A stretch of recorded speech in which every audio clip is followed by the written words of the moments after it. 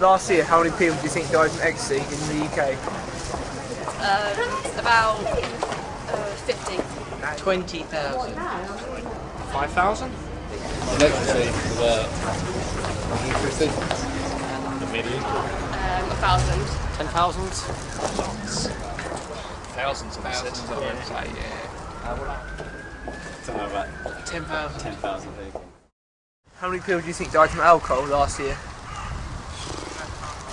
40,000, something. Big number, that's all I know. Million. Yeah, about a million, million and a half, maybe. 9,000. Should make you? 70? 2,000.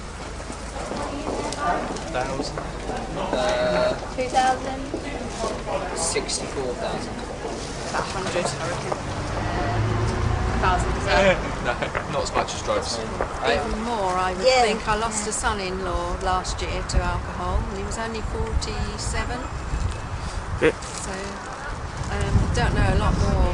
Probably thousands. It's actually 10 from ecstasy and 100,000 from alcohol. 100,000. Nearly, yes. Lord, yes. Yeah.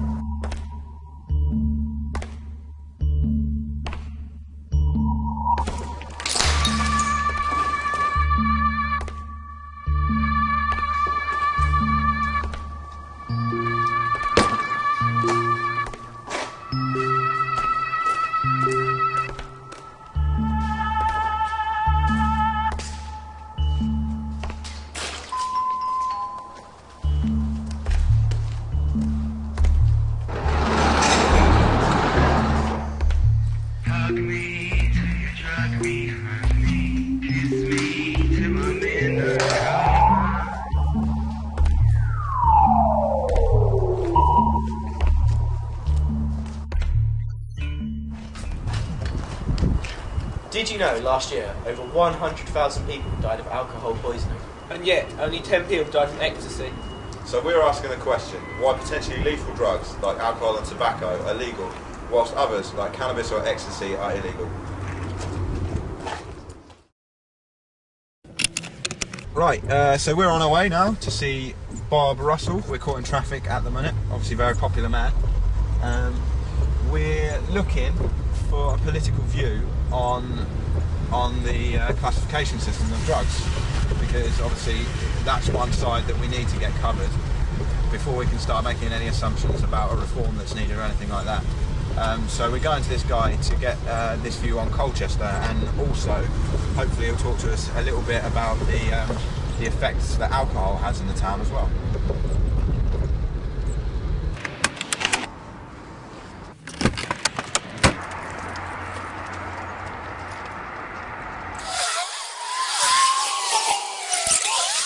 I'm opposed to any form of illegal substance, and the crucial phrase there is illegal substance. At the moment, alcohol is not illegal, and I think to try and ban that is illogical. What we have to do with alcohol is to try and deter excessive drinking. On the drugs education, I back the committee totally. I may not back some of their other conclusions and recommendations, but on this education one, it is one that I do support 100%. Well, on a Friday, Saturday night, alcohol is the big issue in Colchester, no question about it, as the police will confirm. And that brings back to the point is that we need to tackle alcoholism as well, the binge drinking, most of it. More people die from cigarette-related illnesses than they do from illegal drugs. Alcoholism is a far worse problem in society than drugs, and alcohol in excess is as bad in many respects as drugs.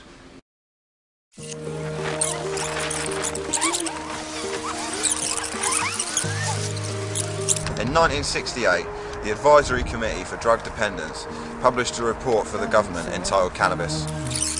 It detailed the mental, physical and social effects of the drug, as well as some benefits. The report led to the eventual ban of cannabis and helped contribute to the introduction of the classification system 3 years later. The system was more political than scientific. A reflection of it, the Science Select Committee said that the present system was based on historic assumptions, not scientific assessment. Chairman of the Drug Advisory Committee, Phil Willis, who have drawn up a new system, said how can we get the message across to young people what we are saying is not based on evidence.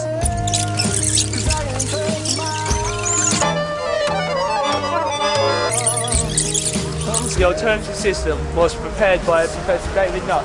It ranks illegal and illegal drugs by their social, physical and mental effects. Professor Blackmore told the BBC that they included alcohol and tobacco in the study to show the relative harm that can be caused.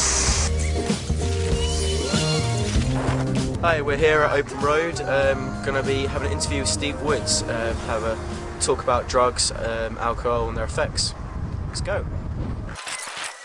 One thing you've got to realise is that nowadays the drugs, the street drugs particularly, are different to the way that they were sort of 20, 30 years ago, because people have cut different chemicals out in factories, so you can't get hold of the different substances you need to make the street drugs.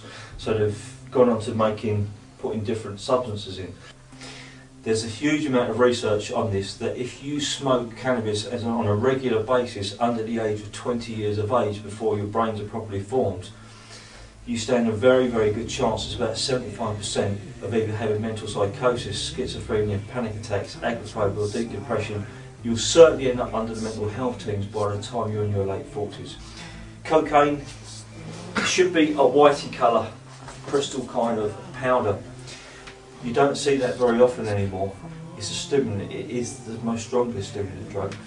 So when you actually do take it, you can feel the effects of this after about sort of 10-15 minutes. Heroin in this country it's a browny colour, but heroin should be a creamy colour, and it comes from a certain poppy. In this country, yes, it's a very, very bad drug, and in most drugs for the actual street drugs, but heroin, compared to some of the other drugs, is quite a safe drug to use in its pure form. It's a street heroin. It's a very, very bad drug to use, yeah. It's probably one of the worst in this that we use. But compared to alcohol, well, there's no competition. Alcohol is the worst drug we use. I don't think you can legalise illegal drugs, frankly, even though there's that temptation that if you legalise it, some sort of quality control and you can tax it and you get revenue. But that is really saying it's okay, and it's not okay. One, if it was legalised, it'd be in its pure form, so you wouldn't have all the crap inside there, given all the mental health issues. Secondly, you'd be paying for it, so it'd be taxable. Thirdly, with the money that you made from that taxation, then if people wanted to come off of that drug or needed treatment, they could go into rehabs and drug treatment programs like ourselves, pay from that tax money rather than NHS money.